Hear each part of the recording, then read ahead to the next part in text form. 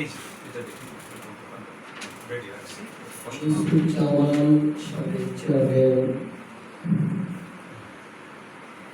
বিশ্ববিদ্যালয় ঢাকা বিশ্ববিদ্যালয়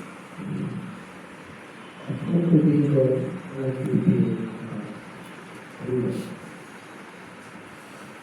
আমি আরো ধন্যবাদ জানাচ্ছি শায়েখ সুফি শায়েখ আল্লামা মহিউদ্দিন খান ফারুকী আমাদের চেয়ারম্যান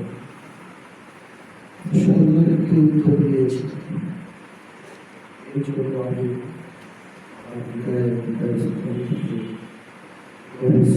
জানাচ্ছি অনেক অনেক প্রোগ্রাম করতে চায়, কিন্তু এই প্রোগ্রামটি ঢুকে ঢুকে একটু আগে দেখি আধ্যাত্মিক শব্দটা ইউজ করেছেন এবং সেবামূলক সংস্থা ঐশীনগর শায়েখের উদ্যোগে এই মাসিক মজলিস আসলে এখানে একটু অভিনন্দনের ব্যাপার আছে, যেগুলো আধ্যাত্মিকতা বলা হয়েছে। আধ্যাত্মিকতা কিন্তু অনুভব করতে হয়, বেশিরভাগ অনুভবটা দৃশ্যমান নয়, আর প্রকৃতির সত্য যেটা সেটাই কিন্তু অনুভব। যেমন বলা হয় আল্লাহর ব্যাপারে অনেকে বলেন যে খেতে নাই যার রূপরেখা তারে কি চায় সামান্য চেনা বা সামান্য দেখা।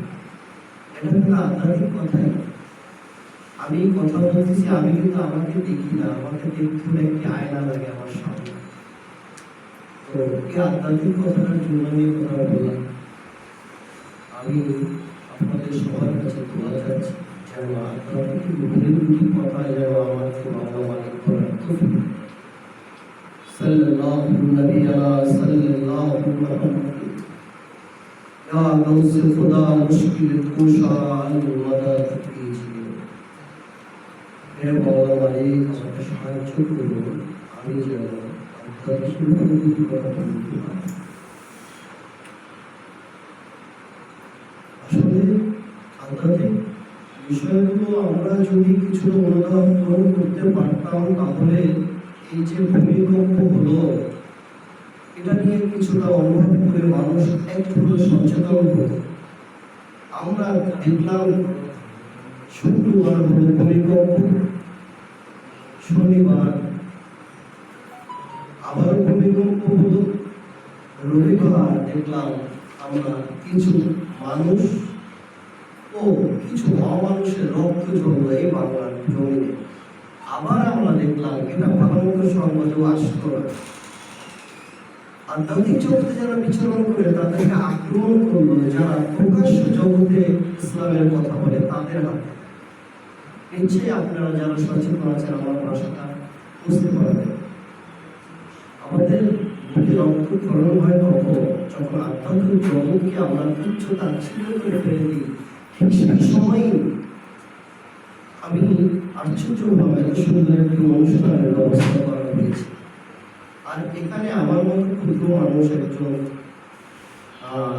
আসতে পেরে আমি ধন্যবাদ। কারণ এখানে প্রফেসর ডক্টর আনিসুজ্জামান সাহেব এখানে যাকে বলা হচ্ছে যে আসলে এশিয়ার জীবন্ত সক্রেটিস, তো